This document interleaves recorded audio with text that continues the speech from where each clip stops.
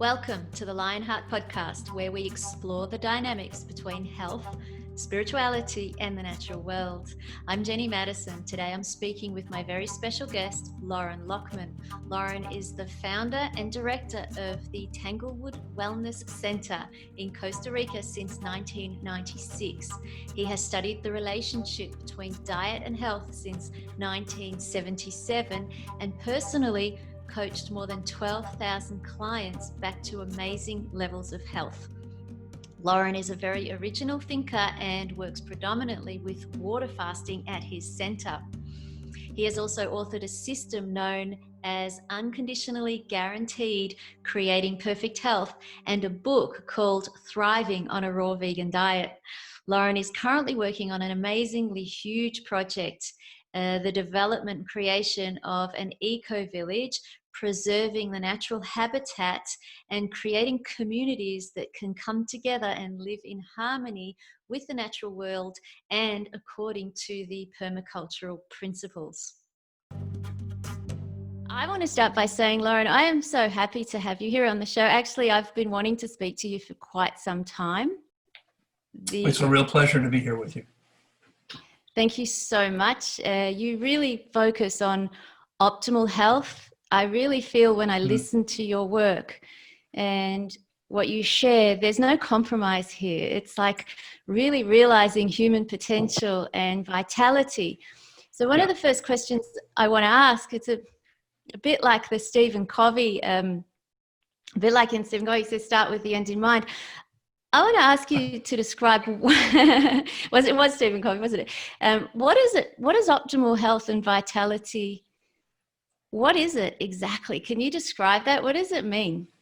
Absolutely, sure. Optimal health and vitality is when every day you feel amazing, you feel energetic, you feel clear, everything works as well as possible. There's no sickness, there's no problems. I mean, we can of course get injured, but the body heals quickly. This is something, it's interesting because I talk about this a lot, and I think the truth is that many people really can't understand it, not completely, because they've never experienced it.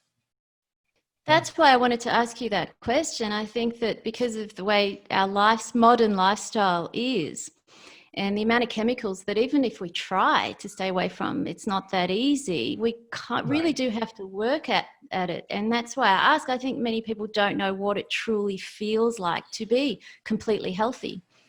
That's true. I mean, I'm absolutely clear about that.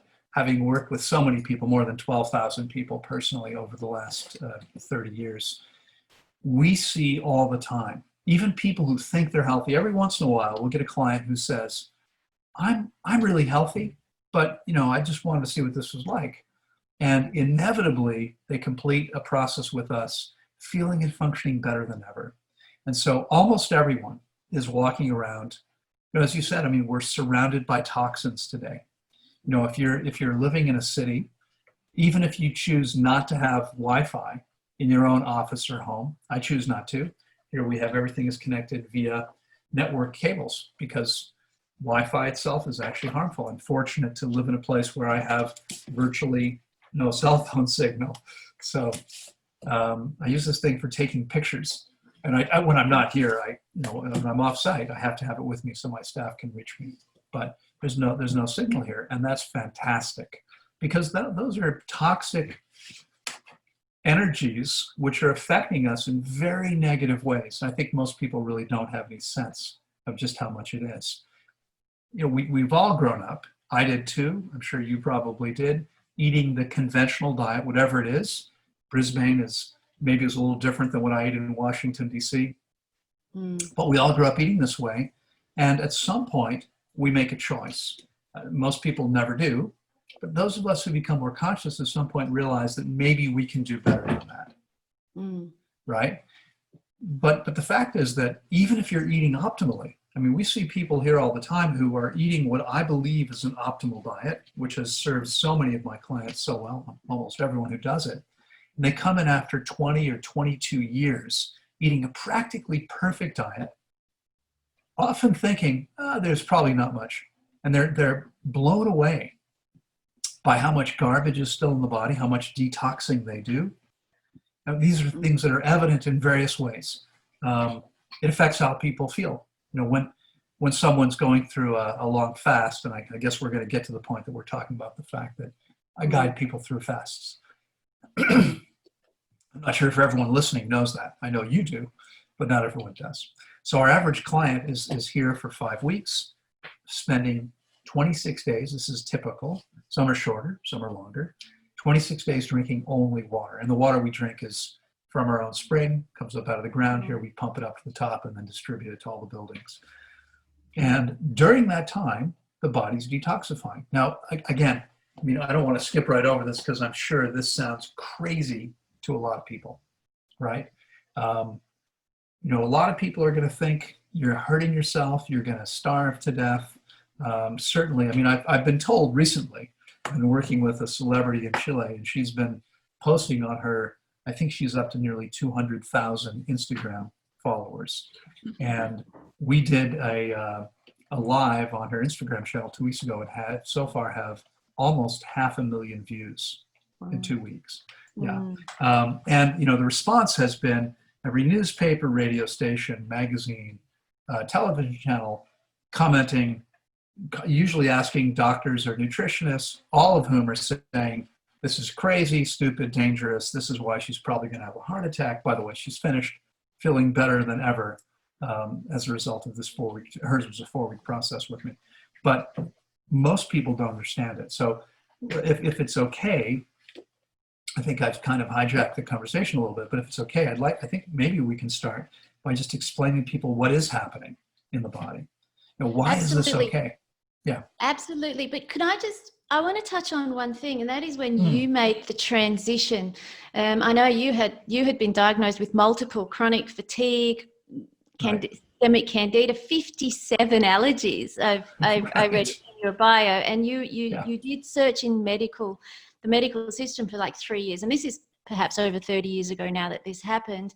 That's but right. what really struck me, and what I wanted to touch on before we go into fasting, which is absolutely where all the magic happens, I'm sure of it, is a lot of it.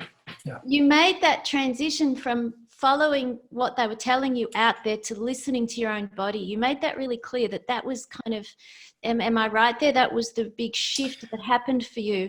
So I just want to touch on what that means, listening to your own body, because I know that's going to head into the fasting and cleansing process. It's a profound question, and I think it's really important to talk about this, because the truth is, I tell everyone, every client, everyone I work with, when I speak, if I remember to say this, when I'm interviewed, ultimately the goal is to get to the place where we can listen to our own bodies. I like to think of myself as being reasonably intelligent. I'm sure there are many people who think I'm a complete imbecile, but I like to think I'm reasonably intelligent. And yet, I promise you, my body is infinitely more intelligent with regard to my body's needs. My body knows exactly what it needs all the time. The problem, though, is so we want to get to the place where we can listen to the body. Unfortunately, not everyone listening right now may be in that place this moment. And I think it's when I explain this, it's really easy to see why it is. Have you ever smoked cigarettes? I did in my teens, yes. Toxicity plus, I know. Yeah. So back when you were still smoking, what did your body tell you it wanted? Do you mean nicotine. It did, and also when I remember my first cigarettes were horrible, and my body was disgusting. This is awful. Please stop. Exactly. But I did it, and I guess we do that with food as well, huh? Or something. Well, exactly. That's right. It's a great example, because had you listened to your body then, right? Your body was really clear. This is a bad idea. It was you were probably hacking. The body was trying to eliminate this toxic particulate matter, which you had just taken into your lungs. And your body said, this is garbage. What is this? This is toxic. I don't want this. And so you're trying to get rid of it by coughing. But what happens is you keep on smoking. And eventually your body says, okay, Jenny, you're in charge. If you insist on taking this in, I guess I'm not going to fight you. And it gives up, because how much can it do? Ultimately, if you're coughing all the time, you're going to damage your throat, right? So your body says, okay, you want to keep taking this in? You're in charge. I guess that's what we're going to do. The same thing happens with food. It happens with alcohol. You know, if you can remember the first time you tried coffee, especially black coffee, oh, that was delicious, right? Mm-hmm. Did you like it? Did you like it? I mean, most children think it tastes disgusting, and I had to train myself to drink it. The same was true with alcohol. I remember the first time a bunch of us went. We were like 14, got someone to buy us a case of beer, and it was Heineken, and it was powerful stuff. It tasted terrible to me, but it was the thing to do, right? We're sitting in the woods trying to drink. I was pouring it on the ground when my friends weren't looking because it tasted terrible. I didn't want to drink this stuff. But if you keep doing it, your body gets used to it, right? So it's true. I mean, we all started out with clean systems, well-functioning, which knew what they wanted and what they didn't want. Unfortunately, by the time someone has spent, looking at you, I'm guessing 27 or 28 years, you? Oh, right? my goodness. Thank you. Well, I'm 29, so I'm guessing you. By the time someone's been decades on the planet, living, especially if you're living around cities, anywhere, in Australia, North America, Europe, it doesn't matter. I haven't been to a city that's clean. You're taking in toxins from so many sources. I mean, it's crazy, but they have found some of the most toxic chemicals ever invented in the polar ice caps, right? They have found, there was a study in North America, probably 20 years ago now, where they looked at for 75 persistent environmental toxins. And these are some of the nastiest chemicals ever invented. What they found, these are pesticides and all kinds of things, polychlorinated biphenyls, PCBs, invented to go on electrical wire to insulate it, but it turned out to be incredibly toxic stuff. All these chemicals.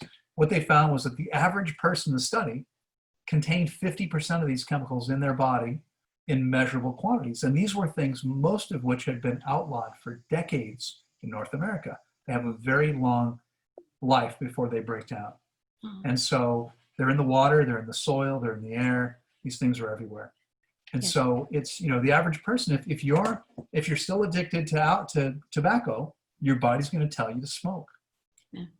If you're addicted to alcohol, your body's going to tell you to drink. If you're addicted to bread or sugar or meat, your body's going to tell you to consume those things as well.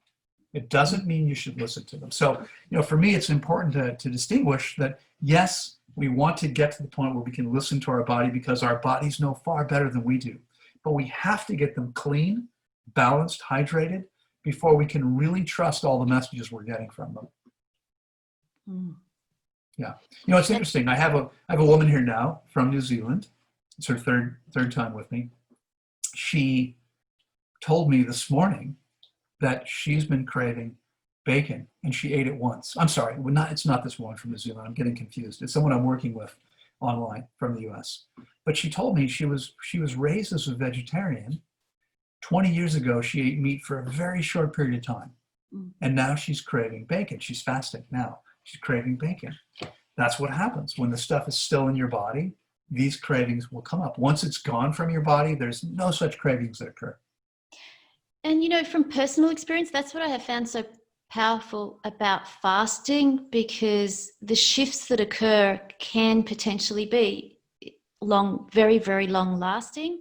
Absolutely. So the old bad habits, each time I do a fast, I feel like some of those older habits, they're just sort of, they're gone, like they're no longer habits. So fall away. Yeah. Like you described, the body gets used to something and then exactly it becomes, it really rejuvenates, it regenerates. Yeah, no question. Of course, the key, when you talk about having these lasting benefits from fasting, it depends, of course, and maybe this is obvious, but it's probably important enough to say, it depends on what happens after the fast. If you complete the fast and then go back to making the same poor choices you made earlier in your life, you will recreate those same issues. So firstly, I want to say thank you for the age bracket that you put me in because I turn 50 next month. So a big thank you for that. And what you've said so far really is that in order for us to know what our body truly needs, not what we're habituated or conditioned to think that we need, exactly, is where the power of fasting and cleaning the body comes in. Yeah, that's right. and That's right. Exactly. and that's how we come into really listening to our body. So let's get into this. Look, I do know you've supervised fast thousands of people, and actually that's what I love about watching your videos, is that I actually get the direct experience from the people that are staying with you. So I've watched videos where your guests are asking questions and giving feedback, and I get to hear their experiences, and sometimes I relate to them. Sometimes like, what, I've had that too, and I get to hear real-time stories of people's healing journey. So I thank you for those. You're very welcome. It's a pleasure. That sharing on your YouTube channel is fabulous. So let's you touched on before about going into what actually happens in the body when I have a couple of questions around fasting. What actually happens in the body and the brain? Because there's a lot that goes on the two. And I don't want to forget, this question is how do we know how long? I mean, you supervise and guide fast. So does it depend on the ailment? And I've also noticed you work with people that are healthy and also people that have chronic illness. I've also seen that you've worked with people as young as 2, I think I remembered hearing. Well, that is not something we typically do, but it's true. My youngest client ever, he wasn't really a client. It was a different kind of experience. I mean, he didn't come to me as a client. He happens to be my godson. His parents are some of my best friends on the planet. Flynn was born with a heart defect. He had a leaking valve. Why? And they went in before he was a year old, open heart surgery. And by the time they were done, all the valves leaked. And then they went back in again later on to try to repair it. So he was about 2.5 years old when he got off an airplane. His parents, he lives in the Netherlands with his parents, and they had flown over to visit. And they got off the plane and he was sick. He'd been sick most of his life. He was taking drugs every day of his life. Until then, he for several months when he was born, he had a feeding tube which went down up his nose and down his throat. That's very uncomfortable. So he got off the plane with a fever, tons of mucus, a typical flu kind of a situation. And I said to his parents, who I had been with just a couple months earlier in Venezuela, and we were there together when his mother mentioned to me that he was one of those kids that would fall asleep in a moving car. So if they were out at night, when they came home, he was asleep. He was supposed to take this diuretic, a drug, 3 or 4 times during the day, but she didn't want to wake him up to give it to him. So she told me he always slept better when he didn't take the medication. And of course, I reminded them that medications are always poisonous. They're toxic substances that the body reacts to in a way that creates symptomatic relief, but they don't make us healthier. They just help with symptoms. And that it might be useful to try fasting him when the opportunity arose. And so 2 months later, they get off the plane and he's sick. And I said, fasting is exactly what to do under these circumstances. So he fasted for 5 days. It wasn't a huge thing. He was perfectly fine, by the way. And at the beginning, we didn't think about this, and we would carry him into the kitchen with us. And he didn't understand why he wasn't eating. He didn't really understand the concept. But as long as we kept him out of the kitchen, he never thought about food because, as you know, you're not hungry when you're fasting. And for anyone listening, most people imagine, well, these people must be hungry for 3 or 4 weeks. That must be terrible. They're not. And the reason they're not, of course, is because the body is feeding on the reserves, the fat reserves that we have primarily, which is why we have them. We have these reserves because in nature there are fires and floods and droughts and conditions where sometimes there's no food available. And so while most people, perhaps some of your listeners, imagine that if they skip lunch, they'll probably die, that is not the case. That is not the, many people, I did a seminar, a webinar on Sunday and in Spanish, and we had 1,000+ people registered for it. And we had a little poll. Now, what's the longest fast you've ever done? 20 minutes between lunch and dinner, overnight, or 1 week, etc. And you'd be amazed how many people said 20 minutes. Maybe they're just kidding, but a lot of people really don't skip eating ever. And they really don't know that it's possible that you can be okay. But of course you can. So we kept him out of the kitchen. He wound up, it was an interesting thing because he'd been on drugs every day of his life until then. And after the fast, he did not need the diuretic for 3 or 4 months. His body was able to keep up with the work. Now, we've never fasted anyone else that young since then. But you've also fasted someone as old as 90 something, is that right? Yeah. My oldest client so far, he celebrated his 91st birthday during his 30-day fast with me. And he came to me with a tumor in his throat. They wanted to do a tracheotomy, punch a hole here so he could breathe, and he would have to speak with a little machine. He wasn't really excited about that. And so he talked to me about it, and I said, we've never seen anyone with this particular tumor, but we do see success with tumors in many cases. And unless it's a very fast-growing tumor, there's not likely any danger. I mean, it's, if you can wait 6 weeks, if you're not going to be in danger waiting 6 weeks, look, the worst case is it's still there, you have to get surgery, but your body will be much healthier. And there's actually been studies where, not with surgery, but they've taken rats. And by the way, I hate animal studies, animal research. I don't believe we have the right to use animals. But, because these exist, these studies, I talk about them sometimes.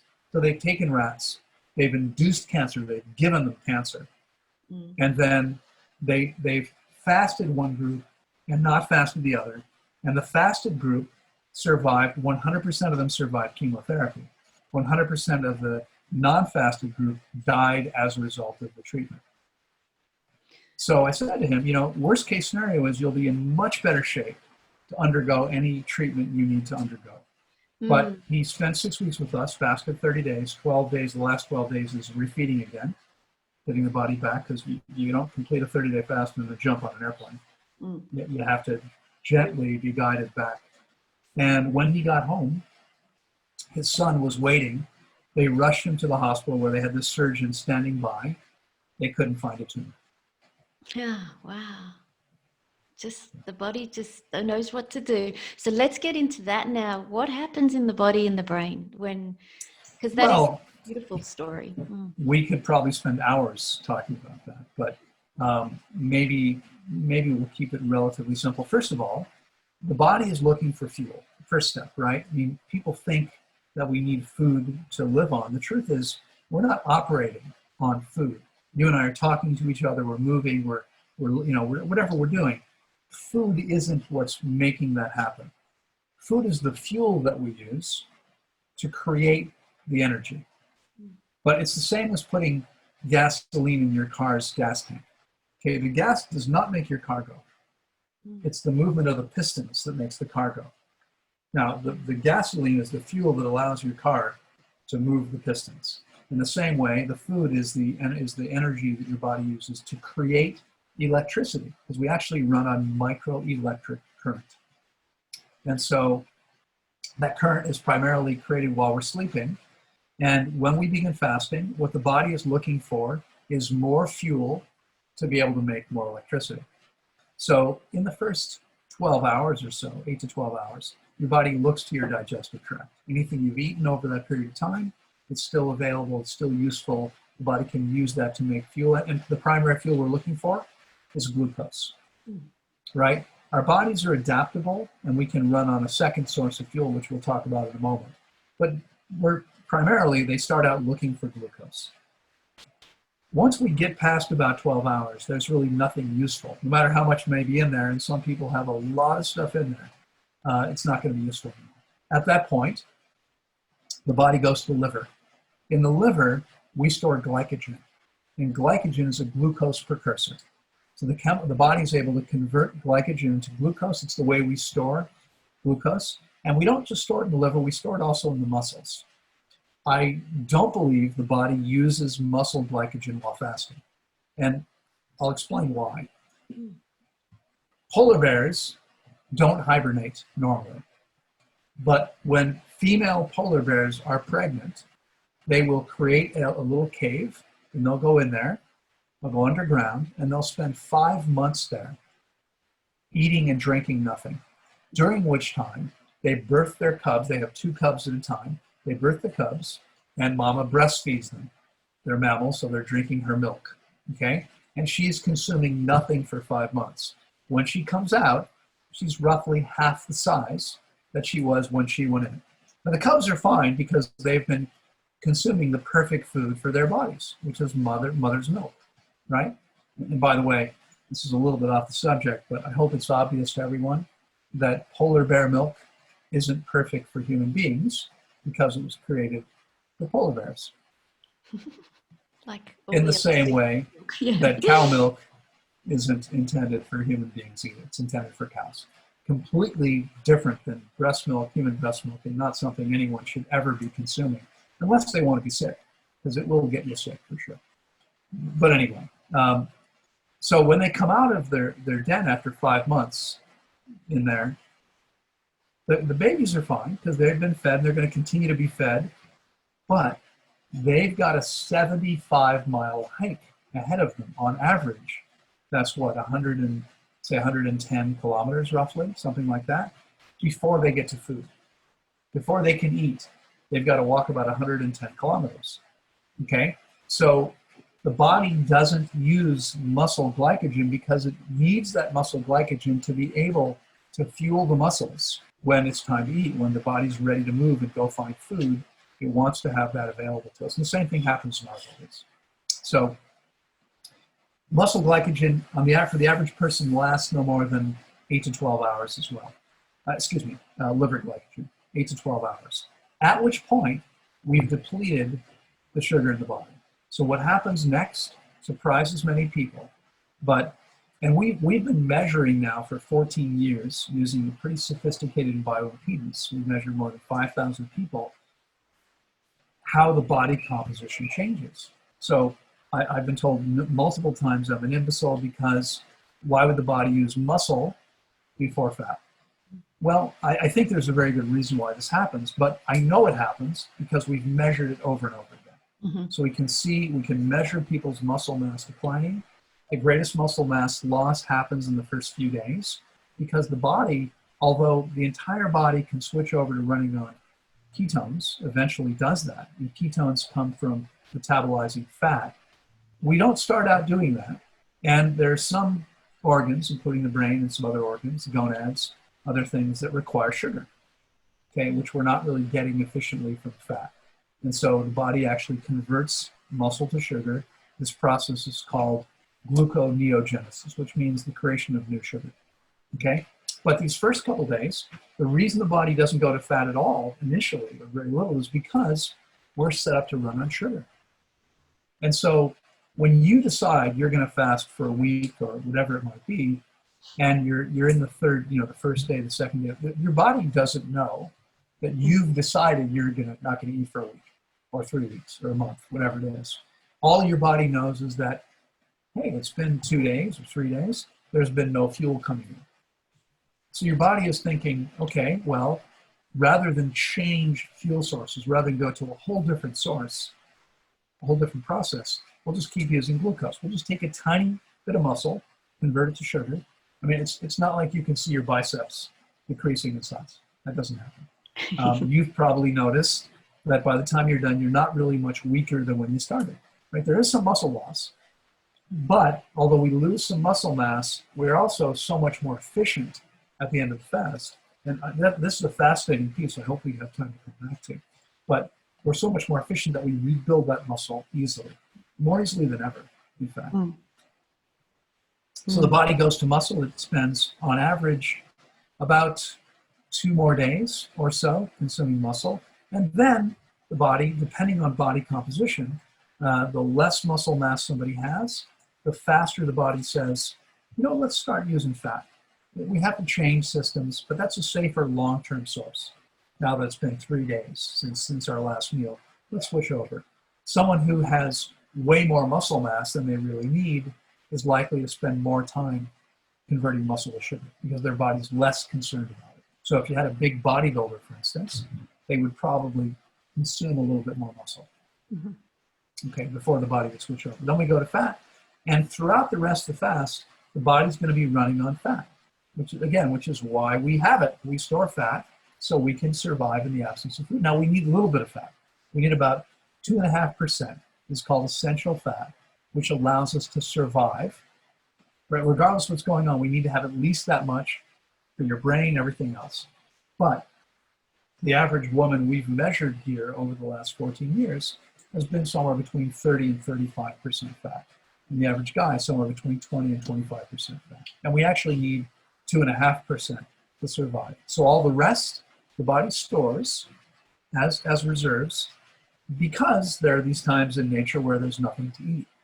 We want to be able to survive those times. And so as crazy as this may sound, the average person has a 6 to 8 week reserve, which means they could fast that long, no trouble, if they knew what they were doing. Obviously, someone who's extremely emaciated, whether it's advanced cancer or AIDS, or it's simply an eating disorder, if they're anorexic and they've taken themselves down to nothing, they can't go 6 weeks and probably shouldn't be fasting at all, because in order to fast, your body is consuming reserves. Starving is distinct from fasting, because in starving, your body is consuming vital tissue, right? So the primary source of fuel in starvation, is muscle and organs, because there isn't any fat left. 6 to 8 weeks. You've answered a couple of my questions already about that.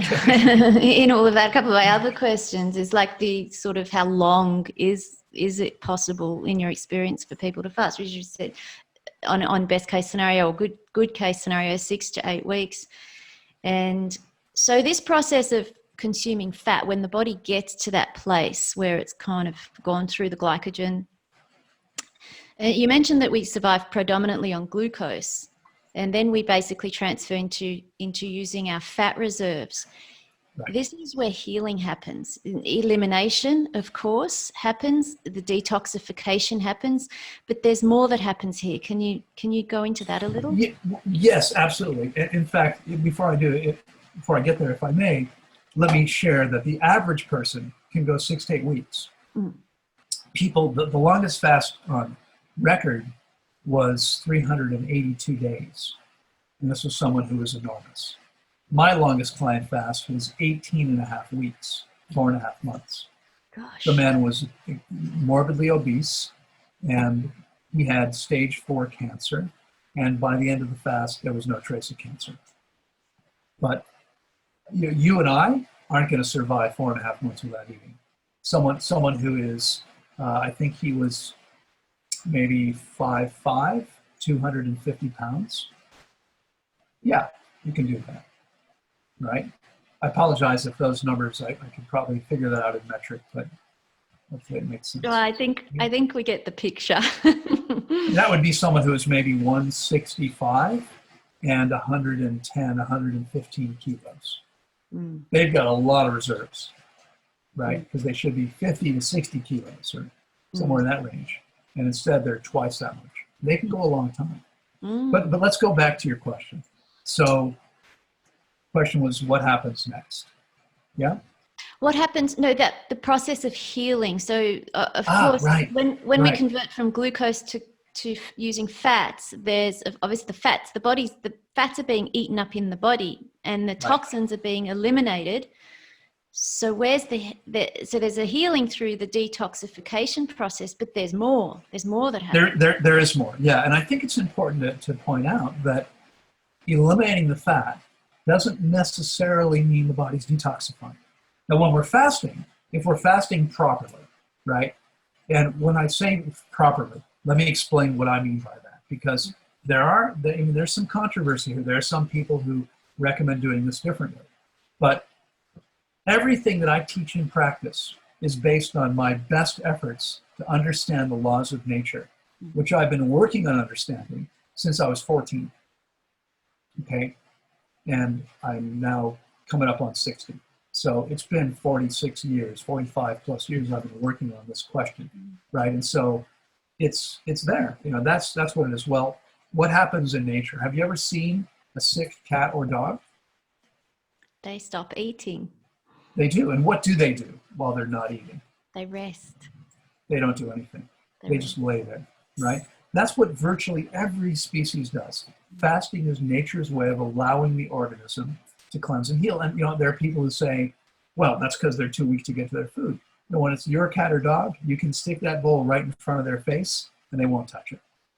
They instinctively know. In fact, I don't know if, perhaps you can recall when you were a little girl, when you were sick, you had a cold or flu, you probably didn't have much appetite. Your body was telling you very clearly not to eat. Unfortunately, if you're like most of us, your mother was telling you you had to eat. Mm-hmm. Right? So you probably ate anyway, even though your body was saying no. And this is what happens anytime there's an acute crisis, an acute symptom, something that comes up quickly, which is what happens for children. Now, it's important to point out, and we'll come back to your question, but when people have chronic diseases, which is where most people aren't, if you've been eating a standard diet for 49 years or taking medication, for decades, or drinking a lot of the garbage that you can buy today, whatever it is, smoking, any of these things, your body's becoming more and more toxic, and you are developing heart disease and cancer and diabetes and arthritis. And these things aren't an accident, and they're not bad luck because of your genetic inheritance. There are some genetically inherited diseases, sickle cell anemia, Tay-Sachs disease, cystic fibrosis. There are some, Down syndrome. But the vast majority of conditions that kill people today are things that we create by the choices that we make. It's not the genes. A woman might inherit a tendency to develop breast cancer. And if she makes the same crummy choices that her mother and grandmother made, she'll probably get breast cancer too. But if she keeps her diet completely clean and gives her body a chance to cleanse, that cancer is never going to develop. Because we don't inherit a gene for cancer. Yeah. It doesn't happen that way. Okay. So anyway, so when the body begins breaking down fat, that's where we store most of the toxins in the body. Yeah. And so you're absolutely right that there's an ability to detoxify at a different level once the body moves into this part of the process. But there are people today who practice dry fasting where they're not drinking water. And they do this because it's no food, no water. They do this because they believe that it's better. They claim it's 3 times more powerful. And they say that because the body moves into ketosis the first day instead of the 3rd day, which is the average for water fasting. And so they've reasoned that what's 3 times faster must be 3 times more powerful, 3 times more beneficial. That is not a logical conclusion. My own experience, I've done this 3 times myself for 4 days because it never made any sense to me. But I consider myself a scientist, which means only that you approach everything from a neutral perspective. Let's get to the truth of the matter. If I discovered that dry fasting is the best thing to do, I'd be offering dry fasting, but we don't offer dry fasting. And my experience is that people who dry fast, we get people here who have a habit of dry fasting. We have one here now. He's severely dehydrated. He's much younger than I am, but has tons of lines on his face. Why does that happen? Those wrinkles are evidence of dehydration. Okay, the skin loses elasticity because it dries out, because there's not enough water to manage everything. So what happens is the critically important systems like blood, brain, pancreas, thyroid, heart, lungs, liver, kidneys, they get the water they need. But eyes and skin and joints and discs and these things that tend to break down as people age, they're not getting the water. And I believe that much of what happens with aging happens because of long-term chronic dehydration. And we have seen many people reverse these things. Okay. Now I'm guessing from looking at you that you've managed to stay pretty well hydrated. I drink spring water. And that's a very good start. And I've heard you're talking on spring water, and I think we should cover that one too, because I can't get the message across enough. I also do eat a high raw, if not even fully raw, close to diet. And I've heard you speak about how eating dehydrated food is not optimal either. Right. I want to go into I want to go into those 2 things actually, optimal. Sure. the optimal diet, because there's so much confusion and controversy Absolutely. about Absolutely. this. And again, Yeah. what I like about what you share is, well, what would nature say? Well, what would nature do? Well, what would you do if you were out in nature? And you make That's it sound so simple, but truly with habits and conditioning and all these other things that enter our psyche and that are in our environment, it's actually, it is simple, but it can be a challenge. Hence what we've just been discussing, the importance of cleaning the body. So I'd really like you to go into that about how to be well hydrated, because I know you also speak about getting our hydration from food, from fruits and high water content food and spring water. And also, what is the optimal diet in your experience? Yeah, sure. Let's see if we can handle all those topics. First of all, it actually brings us back to fasting. We see people here all the time who, in fact, the gentleman I mentioned just a moment ago has been eating a close to optimal diet for at least a couple of years. He's been following me and wanting to get here. And we see people that have been, I think the longest we've seen so far is 25 years living on a high water content diet of fruit and simple leafy greens, simple salads, right? I mean, these, not so much not drier fruit like bananas, but more high water content fruit, as I primarily consume myself. Here it's watermelon, papayas, pineapples, mangoes. We have seasonal things like rambutan we have now, mangosteens we have now. The very sweet fruits like jackfruit and durian and mame sapote, and some of the bananas. We have 16 or 17 varieties here now. As much as I love these things, they're things I don't eat very often. And the reason why is because I don't feel as good if I eat them often, because they're not providing the body with this perfect water. Okay, but the first step is, what I found so far, and again, we've been measuring thousands of people, I found so far that it's virtually impossible to get fully hydrated until someone fasts long enough to clean the garbage out. And again, this is controversial. Doctors are taught there's nothing in there. They'll say, well, we do colonoscopies, we look, there's nothing in there. Now, of course, a colonoscopy only looks at the colon. Oh, pardon, you're asking me. It's okay. Of course, okay. yes. Yeah, people don't think about this, but it's only the colon. And the colon is about the same as your height. The length of your colon is roughly the same as your height. So mine's roughly 182 centimeters long, okay? But the small intestine, the ileum, is roughly 5 times longer or 4 times longer. That's the majority of the intestinal tract is in the small intestine. And it's 1/3 the diameter of the large. This is where stuff gets stuck. And so again, it's a very controversial thing. I was a co-keynote speaker with a man I've known for nearly 30 years, an MD. We both spoke at an event in Tel Aviv back in November, late November, I think. And they put us up at the same hotel. They transported us back and forth. We wound up spending 3 or 4 free days together hanging out, and someone I've known a long time. And he still believes this old material doesn't exist. And I said to him, we used to fast people. We would see people who fasted with him who would come to us, and they would eliminate pounds and pounds of old hard material because the difference in our protocol. But the bottom line is only fasting 21 days or more properly allows the body to eliminate this old stuff. And virtually everybody eliminates pounds and pounds of it. Until we get rid of that stuff, it's sitting in the intestinal tract like a giant sponge. And so it makes it hard for people to ever get enough water. In fact, have you ever experienced melon belly? Melon belly?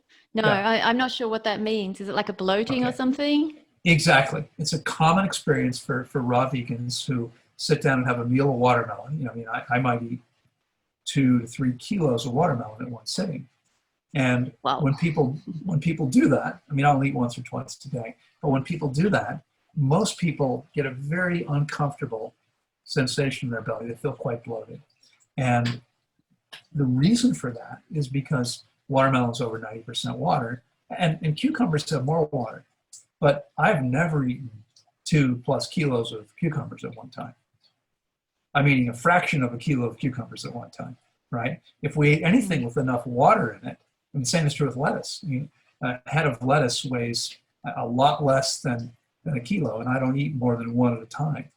So if we ate lettuce, which is 96% water, if we ate 2 or 3 kilos of lettuce, we'd probably have the same experience. All that excess water, we need about 75% of the water in the food to stay there, because stool, bowel movements, are roughly 75% water. Okay. But it's the excess. So with cucumbers or lettuce, both around 95, 96% water, there's about 20 points, quite a bit of water available. You know, if you're eating 2 kilos if you were to eat 2 kilos of those foods, you would have quite a bit of 400 grams, roughly, of water available. It's a fairly significant amount. It's less than half a liter, but you have and this is perfect water, because the water in our food is structured differently. So in order to get hydrated, a couple things have to happen. We have to get the body clean first. Until we get that stuff out, the body's going to continue to try to rehydrate the stuff, but it's not broken down. It's never going to get hydrated enough, and it's never going to leave. When we fast long enough, we get rid of it, and afterward, it becomes easy to stay hydrated. And so this always surprises people, but we've been measuring hydration levels here now for 14 plus years. And someone just asked me today, he said, when you fast, how much water do you drink? Because my clients here are drinking between 4 and 6 liters a day. And when I fast, I typically drink less than 1 liter per day. And the reason why is because I'm already hydrated. And I don't have this giant sponge sitting in my intestines soaking up water. So once that stuff is gone, getting hydrated and staying hydrated is as easy as eating optimally. Eating a diet that focuses on high water content foods. Watermelon, papaya, everything that's toward the high. Now, if your system's clean, it's perfectly okay to eat bananas sometimes too. Bananas actually have less water on average than a bowel movement, which means when you have a meal of bananas, you're losing some water.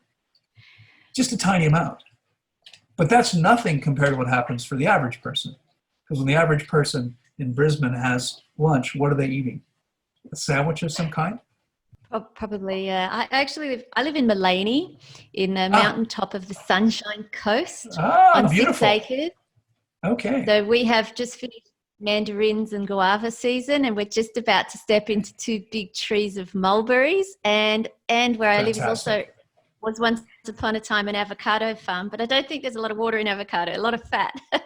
Well, actually, it's interesting, but avocados have both water and fat.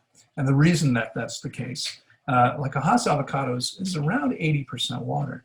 The reason why it's so high is because so when we say, for instance, Hass avocados about 85% fat, what that really means is that the calories in avocado, 85% of them come from fat.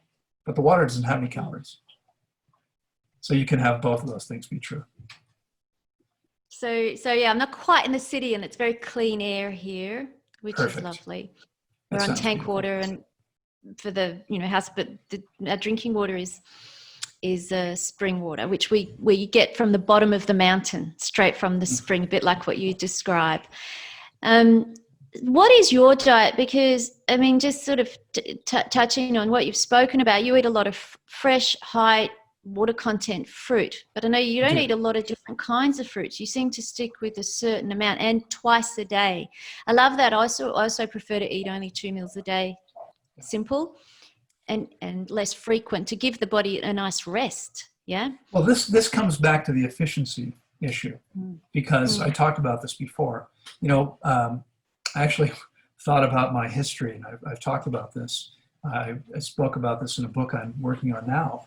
When I was at the U.S. Air Force Academy, between the ages of 18 and 20, I was eating upwards of 5,000 to 6,000 calories a day and having a hard time maintaining my weight because we were so active.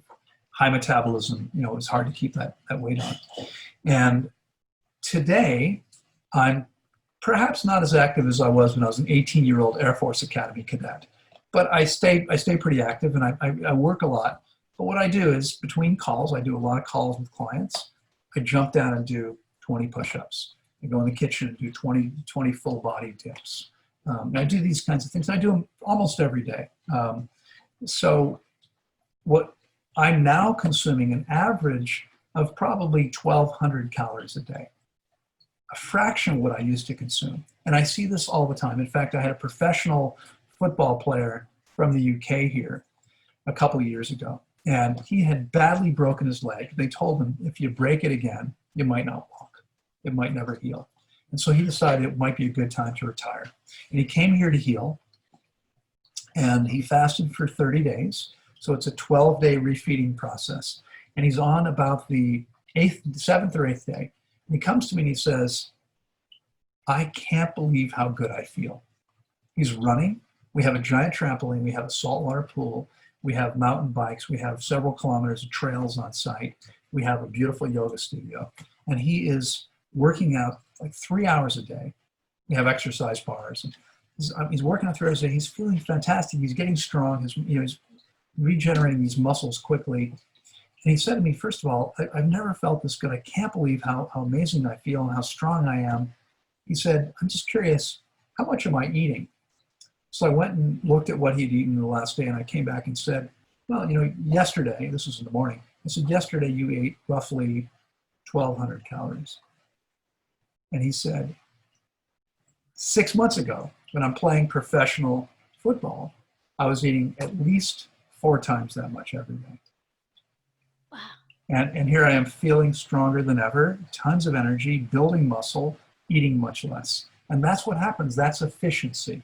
Now, this is a crazy thing because, again, it's a very controversial subject. A lot of people think we want to raise our metabolism, right?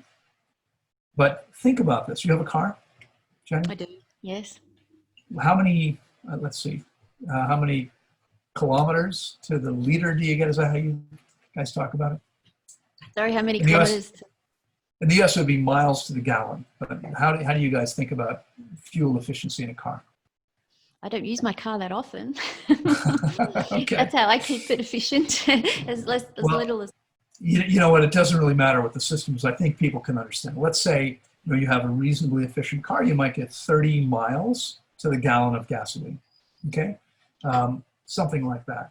So if we could double that car's metabolism, that would be the same as going from 30 miles to the gallon of gasoline to 15 miles to the gallon of gasoline. We would now need twice as much fuel to do the same amount of work. Why would anybody want to do that? What we want to do is have a level of metabolism where we feel amazing and have tons of energy, but we need less fuel, not more fuel.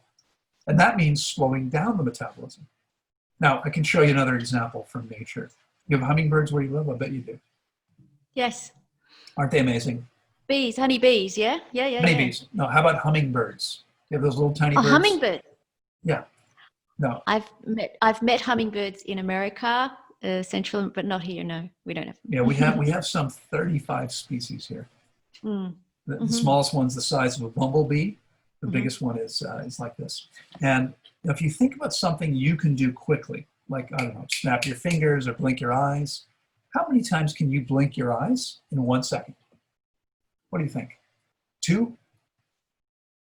In one, oh yes, one or two. 1 second.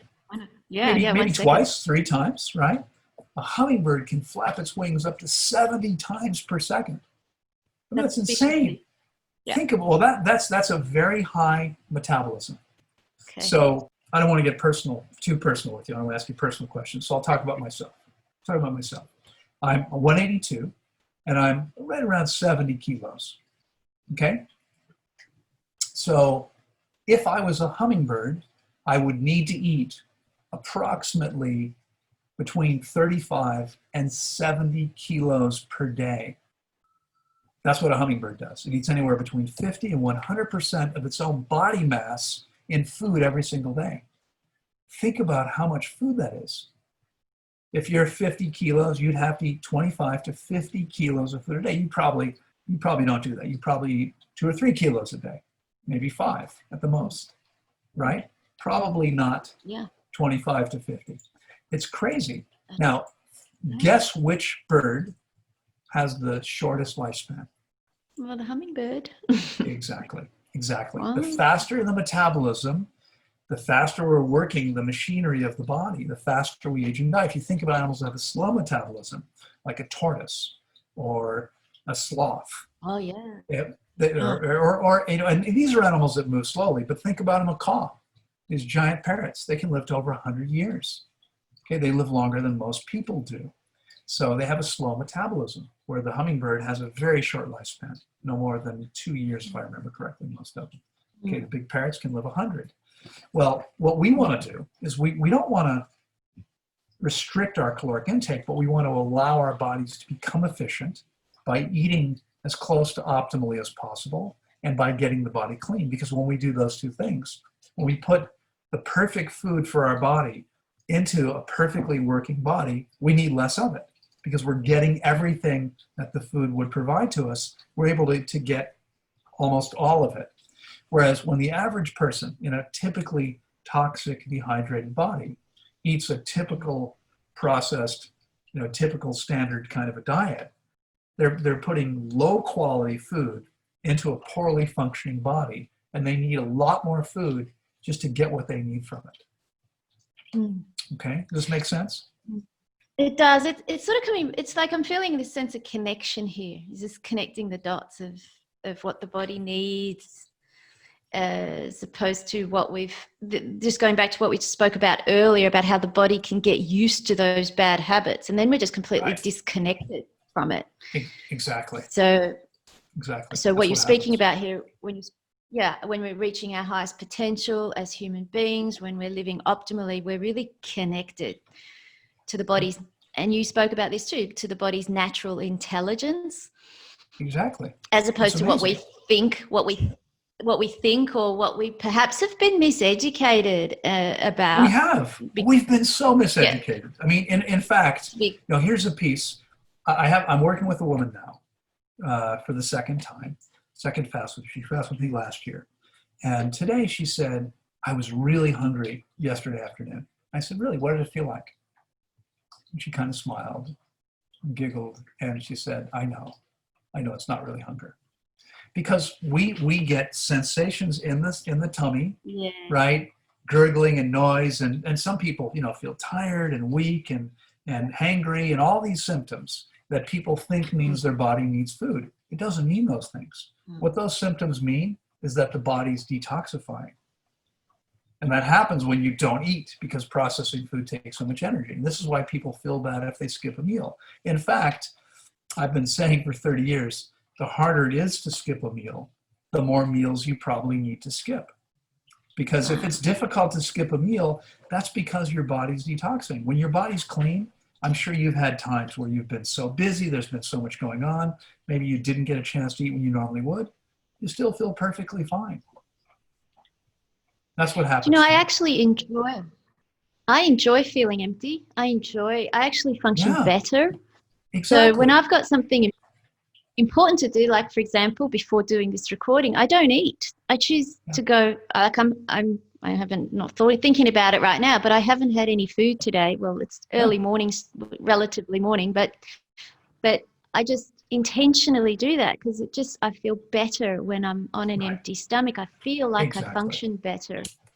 We do naturally function better. I mean, yeah, that's absolutely true. Now, of course, again, I mean, I say we do. It's interesting. There was a study back when I was a kid. I don't know how much study they did, but they claimed, I think they did study this, that the children who didn't eat breakfast, typical children in America that didn't eat breakfast, didn't perform as well at school. And so poorer children that maybe didn't have anything to eat were at a disadvantage.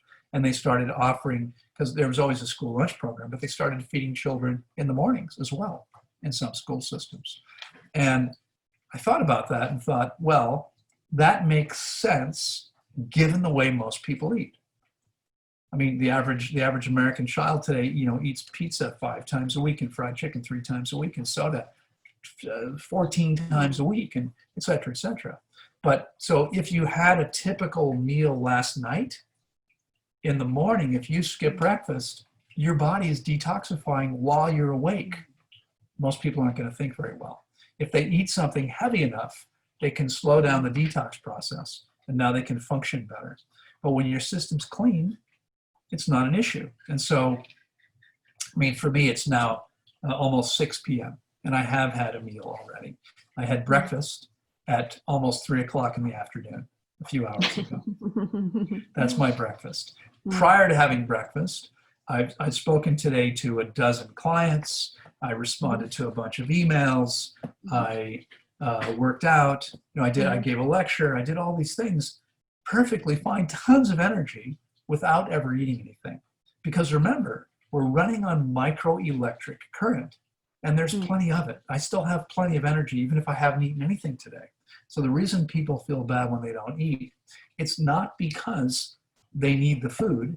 It's because they're detoxing.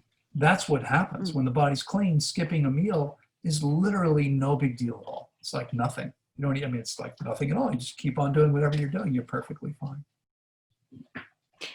Just quickly, what was breakfast for you today? What was that meal at 3 p.m.? What did you have? The only thing I've had today since I had dinner last night at around 6 p.m. So in the last 24 hours, the only thing I've had is one small watermelon. Wow. That's it. Wow. And that's it. I mean, and what I'll do, tonight, maybe I'll have a simple salad for dinner. It'll be lettuce and tomatoes and cucumbers. And the only real calories will come from one avocado. I mean, cucumbers, tomatoes, and lettuce don't have many calories. Do you use any oils or vinegars or salts or anything like that? Because I know that when I'm fasting or I sometimes have I do sometimes crave salt. I wondered what that might be about. So yeah, where does that fit in the picture? Well, in a survey of 2019 nutrition studies from around the world, the number one nutrition-related cause of death was the excessive consumption of salt. Salt is toxic to us. We need sodium and we need chloride. They're both ions that the body needs.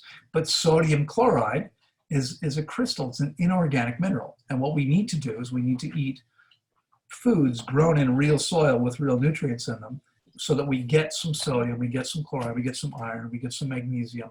We get all that stuff from eating our food, because when it's part of let's say a lettuce leaf or a tomato or whatever it is, that's an organic version of it, not inorganic. Inorganic means metallic forms. I mean, if you think about this here, I've got some change here. The Costa Rican coins are mostly all the same color, but imagine you had a pocket of change. You might have some copper and some zinc and some iron and all these different minerals. Well, we need all those things. Should we just grind them up and sprinkle them on a salad? Doesn't work very well, okay? Because they're inorganic.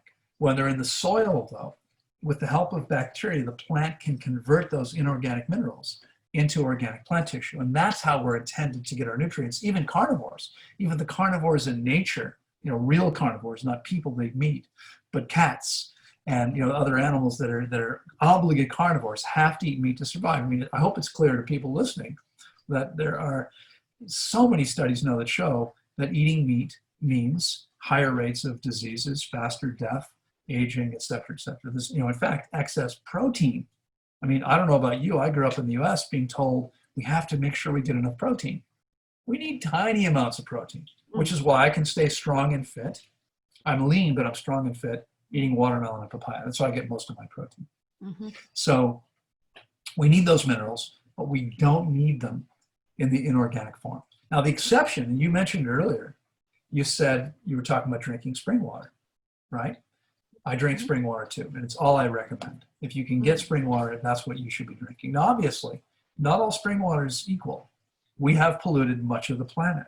So you want to be sure that the spring water you're drinking is clean enough. And here, about every 3 months or so, 3 or 4 months, one of my staff members will come in at 5 o'clock in the morning, take a couple of samples in sterile sample cups that we buy from a pharmacy, little plastic cups for urine and stool samples that are sterile, and he'll take water samples, put them in a cooler full of ice, drive them to the bottom of the mountain to meet a 6 o'clock in the morning bus that's going to the capital, because that's where the closest laboratory is, where we can get this analyzed.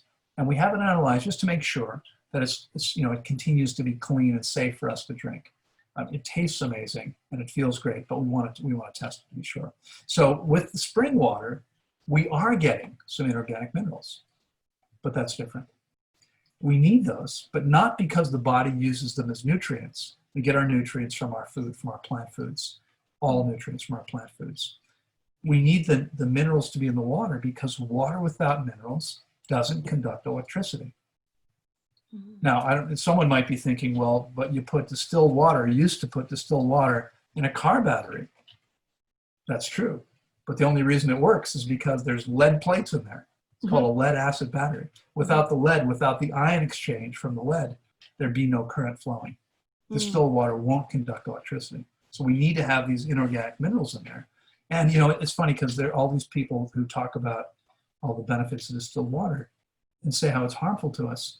I mean, what are the other 25 million species on the planet do, all the other animals? What are they drinking? They're drinking nature's perfect stream water and spring water, etc. On that one too, Loren, our body is made up of 72 to 73% water. And surely that is the structured water that you describe. And so that relationship itself. We need that perfect water. It makes a huge difference. Yeah. To staying hydrated and staying young. Yeah. There is another thing you mentioned earlier. We were talking earlier on about separating ourselves from our conditioning and habits and what we think we need, as opposed to what the body says it needs. So there's this relationship between consciousness and this connection between knowing what our body needs and what we think we need. There's a relationship between consciousness and fasting. Can you speak to that a little bit? Because this is where really higher intelligence comes. Absolutely. Yeah, it's amazing what happens. In fact, you had asked earlier, we never really got all the way through it because there's so much. But, what happens in the brain? What happens in the brain is we shift neurochemicals. So we know that after only about 3 days of fasting, anxiety disappears as the specific neurochemicals flood the brain and we feel better. Now, some people might be in pain, but typically depression, anxiety, those kinds of emotions tend to begin to dissipate significantly, right? I think there's also a significant piece that as the body gets cleaner, we don't have these negative toxic substances in the body, we're going to feel better, we're going to feel lighter, we're going to feel happier.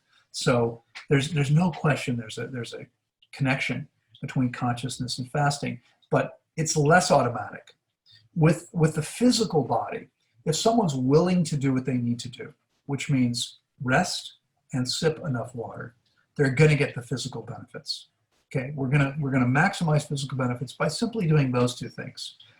In terms of the emotional and spiritual benefits, the shift in consciousness, I believe it requires a willingness to do something most people aren't really willing to do. And that's to be with your emotions. Most people spend their whole life trying to avoid feeling certain things. And I believe in a wealthy country like Australia or the US or most of the countries in Western Europe, this is the reason why people eat as much as they do. They're subconsciously attempting to suppress their emotions. That's what's going on. So this must be a big part of your supervising fasts. To really establish deep, true healing, it does go beyond the physical, doesn't it? Absolutely it does, although it depends on what the individual is willing to do. So unfortunately, not everyone's willing to go there. But we've really covered a lot, and I still feel like there's so much more to talk about. So there is, yeah. It's true. We could probably talk for hours. I want to ask you what's happening in Costa Rica, what's happening at the center. Are you still doing Skype one-on-one sessions? So if you want to share a little bit about your offerings, how people, it's pretty easy to get in touch with you through the tanglewoodwellnesscenter.com. It is, yeah. Yeah, sure, I'd be glad to. I do work with people via Skype. Most of my work on Skype now has transitioned. So I started out doing all one-on-one calls, 30-minute calls every day. We've gone to a new program where the calls are an hour long, but it's a group. Oh. And it's actually still in transition. This is what we're doing so far. Lately I've kept it to 4 people. We used to do 5. It's actually going to transition to 6.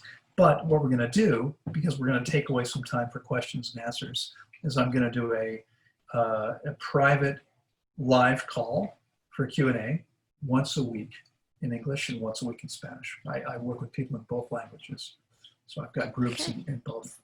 Yeah, and we're doing a lot of that. I mean, right now I'm spending many hours a day on Skype calls with groups of clients, since people can't get here. That's great. We've got a lot of cool things coming up. We're in the process of developing an online nutrition and health course, because I have people ask me all the time for more information. How can I learn everything? This is how you're going to be able to learn everything. I have a program now called the Creating Perfect Health System, which has a ton of information. It's unconditionally guaranteed, but we're going to go well beyond that with the course. Okay. And the course, in fact, will be 2 parts, one for the consumer and the second part for that person that wants to become a health coach. And that hopefully will be online within about 2 months. We're also actually transitioning the Skype coaching program. I have one of your neighbors, a woman from New Zealand, working with me on this. And what we're doing is, instead of just the call with me each day, they're going to get an email from me each day, depending on where they are in their process. So if I've got a group of 5 or 6 people, each person might be getting a different message from me that day. But they're going to get an email with a recorded video. And then we'll still have the live call. So hopefully they're going to be getting even more value, even more information than we're able to give them now. I mentioned a book I'm working on. I haven't spent so much time working on that lately. Actually, I have a second book. Well, the second book is a children's book. Okay. Written completely in rhyme. I just approved the latest drawings. So I have an artist working on it. It's going to be fully illustrated, and that hopefully will be done within the next few months or so. We'll see about that.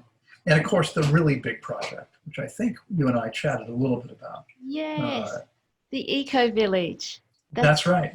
Yeah. That's right. Yeah, well, and the Eco Village, I mean, it's so much more than that. It's starting out, I mean, the biggest piece of it is a nature preserve. Yeah. As I'm sure you're aware, we are in the midst of the 6th mass extinction on the planet. Yeah. We are losing a ton of species, and there's a concerned group of scientists who believe that at the current rate, there will be no species left in 40 years. Including human. Well, if everything else is gone, we're in deep trouble. We need honeybees, and we need, et cetera, et cetera. Exactly. Right.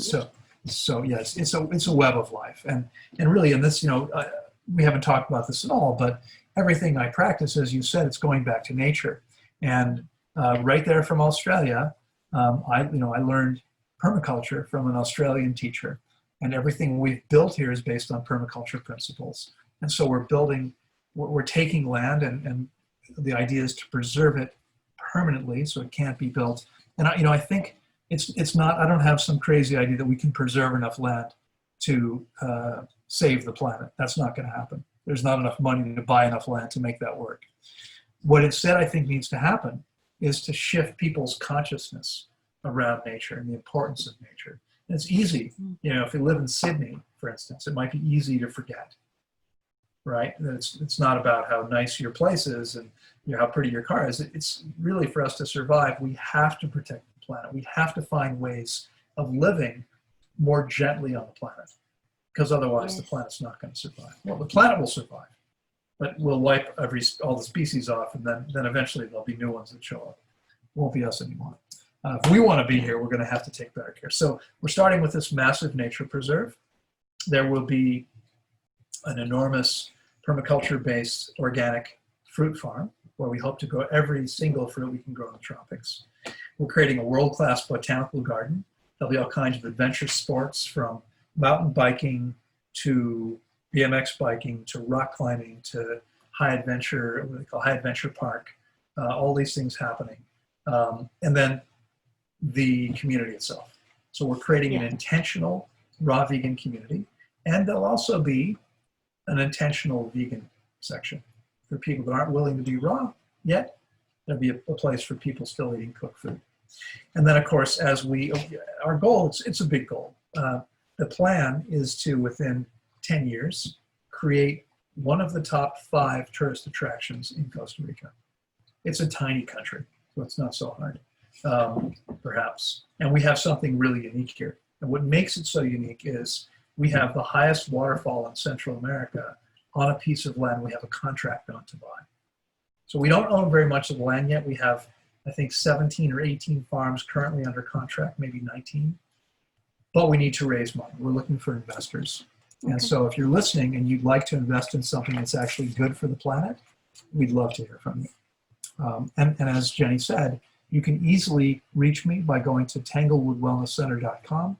There's a contact us button there. You can also email me directly, info@tanglewoodwellnesscenter.com. Of course, you can look for my name, Loren Lockman, on YouTube. I've got, I think, nearly 600 videos now, something like that. I'll pop all those links down in the notes page, both. And I just want to say thank you for that amazing vision that you're holding and creating. That taking care of the earth. I think many of us are waking up to that today. Yeah. And so you're really taking some wonderful action. And I'm just wondering if I could possibly build a little house there for myself to live. Absolutely. Yeah, that's the idea. That's the idea. I mean, imagine living with like-minded people where, in the community itself, there'll be parking areas. We're not going to have people driving through the neighborhoods. You'll park and you'll walk, so that there's less air pollution, there's less noise, and it's safer for children. That's the idea. And organic food. every single thing we're doing, here's the idea, and I'm not sure that maybe people sort of work this out, but there's some commercial aspects of this, and investors will see a pretty healthy return, we believe, but obviously we have to pay investors a return to get them to invest their money. We can't build this without their investment. And the idea is to create this amazing place where you come to see the nature preserve. And I didn't mention, but in addition to the highest waterfall in Central America, we have about 15 more waterfalls. There's waterfalls all over the place. It's really amazing. Yeah. So we have this spectacularly beautiful area. And we believe by marketing it properly, people will come to see the nature preserve and the waterfalls. They'll come to do tours of this permaculture-based farm where they can see all these fruits they've never seen or even heard of before, get a chance to taste whatever's in season. There'll be this incredible botanical garden. There'll be a whole range from camping sites up to high-end boutique rooms. If someone has plenty of money, we want them to be comfortable. But everything we're going to do is going to be built in an environmentally sound way. All of the food, so there'll be obviously offerings for tourists, right, including different eateries. 100% organic, raw vegan is the idea. We want to show people what's possible, how you can have delicious food. I mean, a third of the energy of the average meal comes in the growing of the food, and a third of it comes in the transportation, and a third of it is in the cooking and processing. We're going to have food that we grow on site, we don't transport, we don't cook or process. I mean, the processing is very simple in a kitchen, not a bunch of machines, not factories, none of that. So the idea is to attract people, get them to hang out for a while, and while they're there, help them to understand how to live on the planet more gently and why it's important. And then for the community, the community members will have the opportunity to run a business which caters to tourists. There's going to be so many opportunities there. It's really going to be amazing. Sounds amazing. Absolutely amazing. So people can actually experience what it means to live that way, actually experience and learn from the experience. So thank you so much for what you're doing and what you've been doing for the last 30, 40 years in teaching people how to live well and how to fast well, I must say. Yeah, how to fast well. So thank you so much, Loren, for everything you've shared. My pleasure. Real pleasure to connect with you. Real pleasure to connect with you.